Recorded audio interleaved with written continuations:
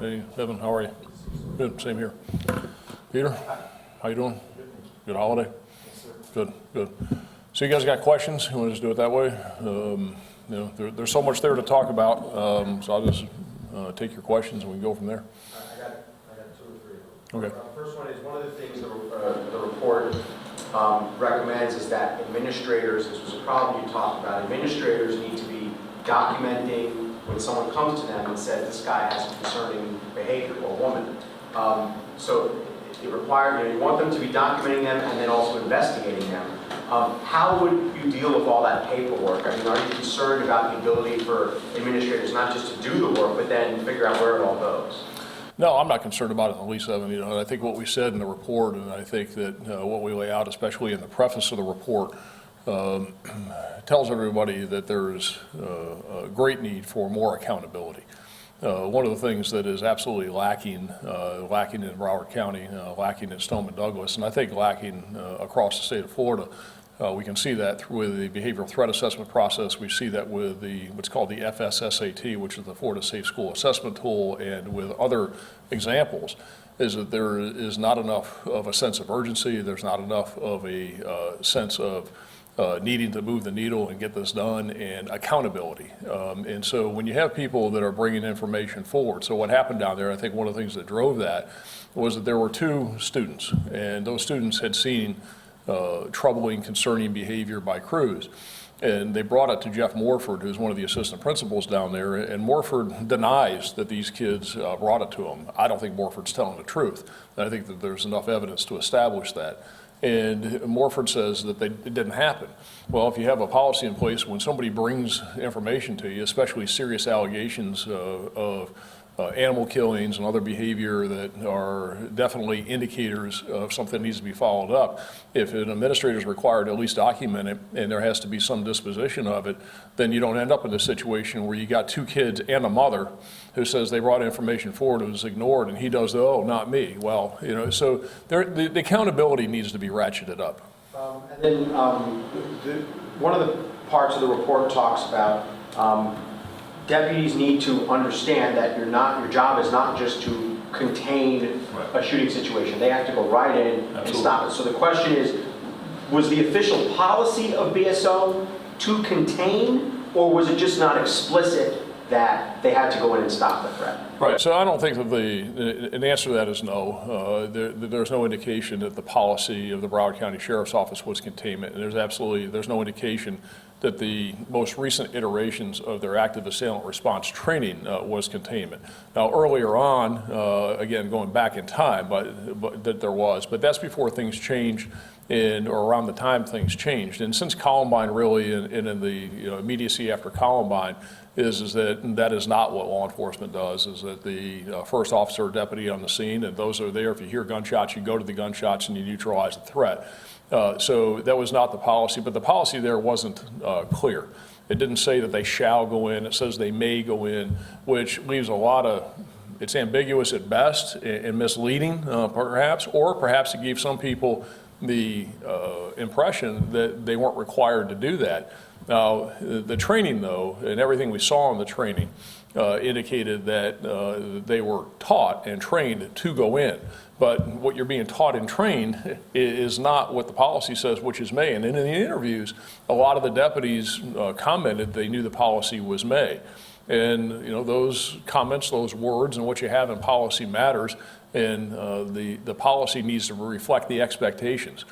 People need to know what's expected of them. They need to know that they're going to be held accountable for carrying out those expectations. But when it says may, it's a problem. It's not a good policy. And then lastly, I just wanted to ask, one of the things you've been saying all along here is that you've got districts who sort of dance from different song sheets or sing from different song sheets.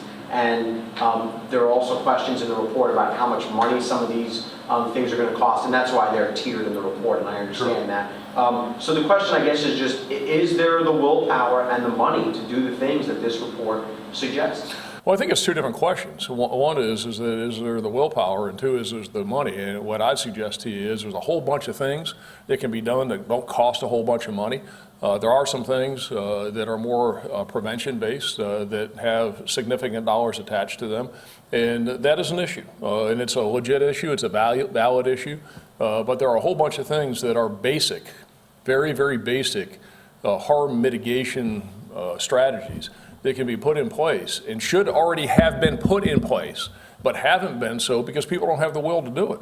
Is that, and I've said this several times, I'll say it again now, is that there needs to be a mindset change, there needs to be a sense of urgency, and people need to understand that there's an expectation and a rightful expectation on the part of parents.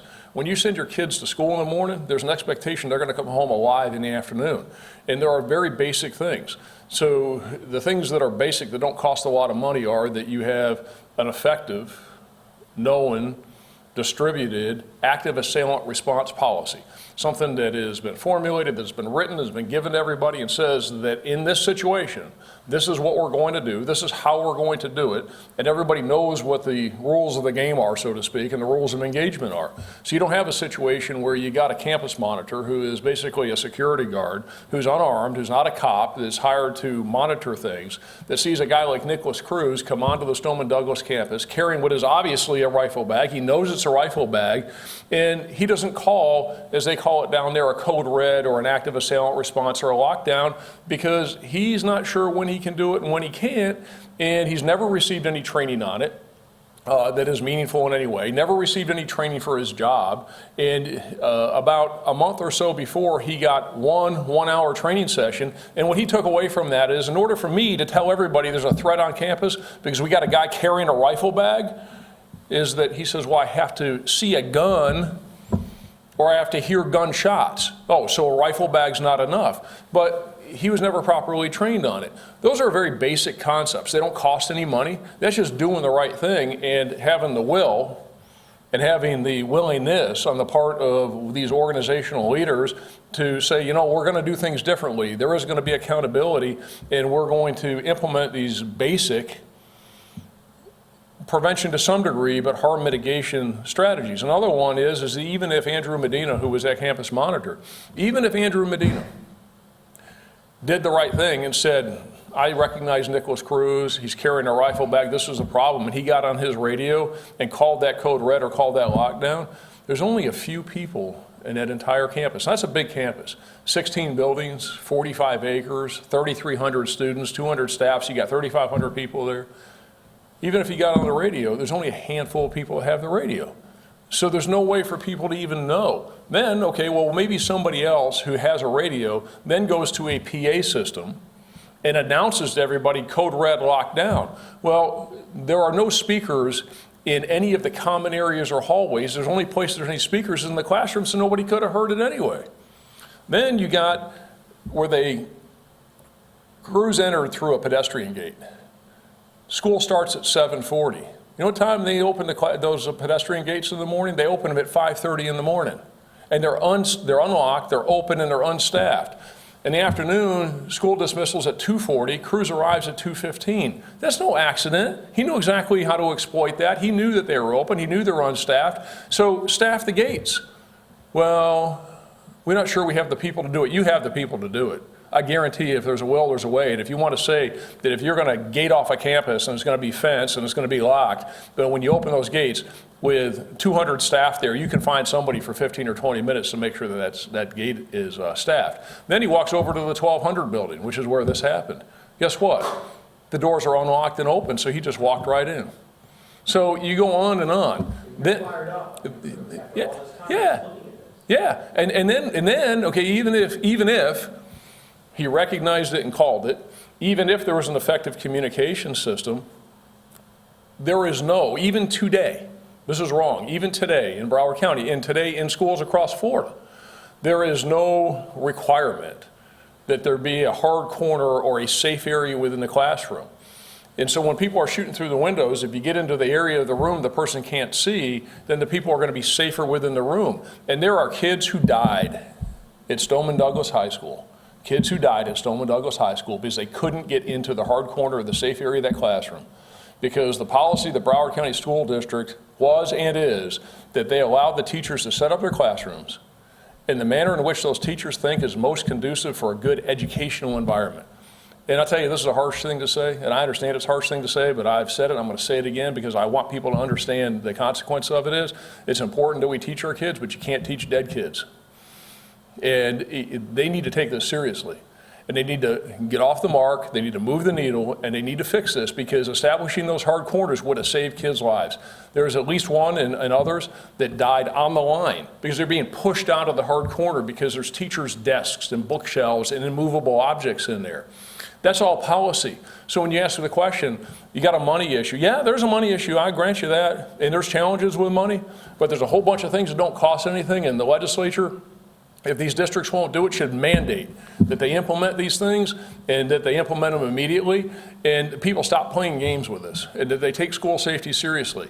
You know, why did the Florida legislature in Senate Bill 7026 say that by August 1st of this year, that all these schools had to submit these Florida Safe School Assessment Tool analyses of the physical site security at a bunch of at every campus in Florida, and a whole bunch of them didn't submit them? Why do you have a requirement that there be threat assessment teams at every school, and you have some schools that don't have them? Why do you have people reading the Guardian language that says you have to have a good guy with a gun on every campus and they have to be assigned? Meaning, well, they don't have to be there, they just have to be assigned. Stop playing games, people. Stop playing games with this, okay? This is serious stuff. If we don't take a different approach and have a different mindset, then we're not gonna have a different result, and we've gotta have a different result than what happened at Stoneman Douglas. So, but today, in Broward County, there is no hard corner policy. There is no active assailant response policy. How can that be 10 months after the incident? It's not right. So, there has to be a will to change the way that we're doing business. And if the individuals that are decision makers aren't willing to do it, then the Florida legislature should mandate it, and that they should provide consequences and hold people accountable for not doing it. How would you assess Bay Area schools compared to Broward? Well, you know, Broward's not alone, okay? Is that Broward is not alone. I think that, you know, here, in Pinellas and others, we've got some things we're doing well, but there's still a tremendous amount of improvement that we need to make, and there's room for improvement with it. And the things that are happening in Broward, some of them are unique to Broward, but it's not all unique to Broward. And one of the things that I have seen across the board is that there needs to be a higher level of accountability. There has to be less autonomy in the individual schools and more accountability at the district level. We saw that down in Broward. We see it in other places. And an example of it is the behavioral threat assessments. And behavioral threat assessments are probably one of the greatest opportunities to make a difference, because we ask people to see something, say something, we ask them to bring it forward. Well, you've got to have somebody, a team, that is there to assess it. So that's the whole purpose of these threat assessment teams, and that is to take the information, have the people have a multidisciplinary and interdisciplinary team where these people are law enforcement, mental health, teachers, counselors, administrators that can assess this, and then they've got to be able to decide if those indicators are enough that something needs to be done. But in Broward is that it's all focused on the schools themselves. It is school-centric. It's not centralized at the district. There's no accountability where the principal at Stoneman Douglas, Ty Thompson, when he's asked about how many behavioral threat assessments they did, and that's not a small school, remember, 3,300 students, and he's been the principal there for years, how many behavioral threat assessments they do at that school on an annual basis, he says, I don't know, I can't answer that question. I don't know, maybe 10, no idea. And then he's asked, is that if somebody brought information forward that a student was potentially the next school shooter and was acting in a way that gave great concern about his behavior, would you expect that to be brought to you? And his response was, no, not really. And there's no requirement that any of that be shared at the district level. So when you have behaviors and they rise to a certain level, again, it should be signed off by the principal. It should be signed off at a district level, and there has to be more centralized responsibility for it because it is not being done. There's too much autonomy in each school, and there's not enough accountability. Any reservations about arming certain teachers as detailed in the report? No, I have no concerns about that at all, other than my concern is that we should do it. Here's why, Peter, is that I really suggest to people that they look at this factually, they look at it objectively, and put ideology aside. Because this isn't about ideology. This is about reality, and this is about making sure that we can save kids' lives. Because people talk about prevention with this, and we should talk about prevention, but the reality of this is that it is going to happen again. It's going to happen again. The question is where, the question is when, and the ultimate question that we should be asking is, what changes have we made to mitigate the harm as quickly as possible? Because you can't stop it. You can't be assured you're going to stop this. And so that's what we need to focus on. So think about this. The other thing that we know, and anybody that studied this will tell you, and whether it's the U.S. Secret Service and the Behavioral Threat Assessment Center, whether it's the FBI, no matter who it is going to tell you, that there are no useful predictive indicators of who the next school shooter is going to be. So there's no profiling as to the next school shooter is going to be. But what we can do is we can look at the past events, and we can look at the active shooter events on K through 12 campuses over the last 20 years. And based on that, we know a few things. One is that we know that out of the 46 prior incidents in 20 years, 43 were committed by insiders, current or former students. So what does that tell us? You can do all the hardening you want, but if the person is authorized to be where they are at the time they start shooting, is you can have single ingress and egress points, you can have fences, and you can have barriers, and you can all that stuff. That's not going to stop that from happening because the person was somebody who was an insider with authorized access. The majority of these incidents, the majority of them, are committed by somebody with a handgun. What does that tell you? What that tells us is because the majority of them are committed by somebody with a handgun, it's easily concealed and quickly produced. That means they decide when and where. The other thing we know in the majority of these is they are over with in less than 4 minutes. And that certainly is the case at Stoneman Douglas. Nicholas Cruz shot and killed 34 people in 3 minutes and 51 seconds. On the first floor alone, he shot and or killed 23 people in about 1 minute and 45 seconds. And the other thing we know over the last 20 years of looking at these incidents, the 46 prior K through 12 targeted attack incidents, the absolute majority of them are stopped by school personnel. They're not stopped by cops because cops can't be everywhere all the time. The schools are no different than the street, no different than the public. Cops can't be everywhere all the time. Now, even if, and Peterson, Scott Peterson, I don't even know where to begin with him, other than a travesty, an embarrassment, derelict in his duties, whatever adjectives I can use to describe are not strong enough. But from the time Scott Peterson was first notified of the shots in Building 12 until the time he got to Building 12 was about 1 minute and 45 seconds. And at that point, by the time he got to the door, 23 people had already been shot or killed. So the point of that is you got to have somebody there that can immediately stop the harm. They can immediately mitigate the threat. And these things happen so fast and they're over with so fast. If you have one person that shot, one person that's killed, that's one too many. But one's better than 34. And you've got to have somebody there that can neutralize that threat. So what all this has told us and all this teaches us and what the evidence shows is that it's going to happen by somebody that is familiar, somebody that can quickly produce a gun, and they're going to wreak havoc fast and somebody needs to stop it fast. And that ain't going to be a cop. It might be the biology teacher, it might be the assistant principal, it might be somebody else. And you know why? Because you take a campus like Stoneman Douglas, 3,300 students, huge campus, is you can't be everywhere all the time. So even in this perfect world that we don't live in, and we say, okay, well, let's put a cop on every campus. There's not enough money, not enough cops. So in order to put a cop on every campus in Florida, it would cost about, a minimum, $400 million. That's what it would cost. You have about 3,900 schools in the state of Florida. We only have today, in the schools in Florida, we only have about 2,100 SROs, 2,100 cops. So that means we need another 2,000. Right now in Florida today, there are about 1,500 openings for police officers today.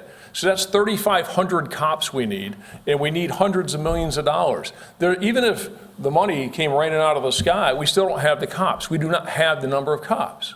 So we've got to do something differently. What I suggest to people is that they view this from also through a lens of not what you want, not what you like, not in the ideal world what you'd like to have, but what can you live with? And I tell you what I can't live with is I can't live with dead kids. And people talk about all the parade of horribles. Well, this might happen and that might happen. There's no greater parade of horribles than dead kids. So we need people there that can do it. And what I suggest is we need to maximize the use of the current law. There are some districts, including here in Pinellas County, where the school district has authorized the use of the Guardian program, but they won't allow anybody who's a current employee of the district, including a plant operator, a janitor who's former military, a principal, or anybody else, they won't allow them to be guardians. You have to be a dedicated guardian hired solely for that purpose. So you got one gun on campus, one good guy gun on campus. 2's better than 1, 3's better than 2, and 4's better than 3. So if you have teachers who have the right mindset, who have the skills, who are willing to go through a rigorous background, psychological, polygraph, all the things that we do, and go through rigorous training, why shouldn't they be in a position to be able to protect themselves? Because here's what happened in Stoneman Douglas, and this gnaws at me every day, is that there were 5 times in that building that Nicholas Cruz had an empty gun. It's on video. He reloaded that gun 5 times. And there's a campus monitor, a coach, 20-year Navy guy, former military police officer, Chris Hickson, who walked through that door unarmed to go confront Cruz, and he was shot. And when he was shot, he fell to the ground, and he crawled across the hallway to a place of safety before Nicholas Cruz came by and executed him. And Cruz was at the other end of the hallway. You're not going to make me believe for 1 second that if Chris Hickson was allowed, who had a concealed carry permit, if Chris Hickson was allowed to carry a gun, Chris Hickson would have shot and killed Nicholas Cruz, or at least tried. So what are we saying to people? Oh no, we're not going to do that. We're not going to allow you to defend yourself. We're not going to allow you to defend the kids. Why? Because of some ideology that we don't like guns? Anybody who thinks they're going to get rid of guns is crazy. It isn't going to happen. We got to do something differently, and people should be able to protect themselves. Now, people say, oh, well, I know this teacher who works at this school, and I don't think that person should be able to carry a gun because they're this, and this. You know what? I might agree with you.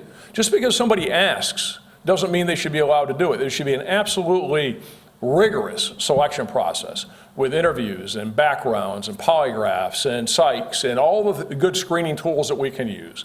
And then we put them through rigorous training, which isn't just go shoot at some targets. It's shoot, don't shoot scenarios. It's weapon retention scenarios. It's fragmentation drills. It's shoot houses. It's all those things. So we make sure, and I'm not talking about where it's going to be masses. What I'm talking about is that 2's better than 1 and 3's better than 2 and 4's better than 3, that you got enough people there.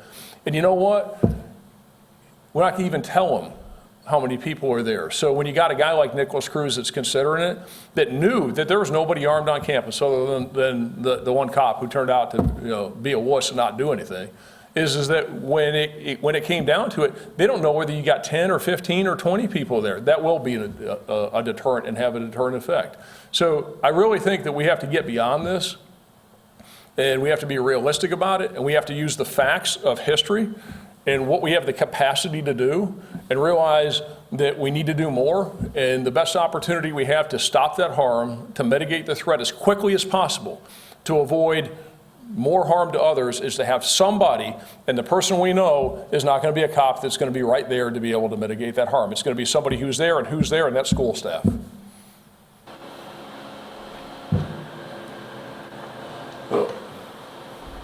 Anything else? Thank you. Good. All right. Thanks, guys.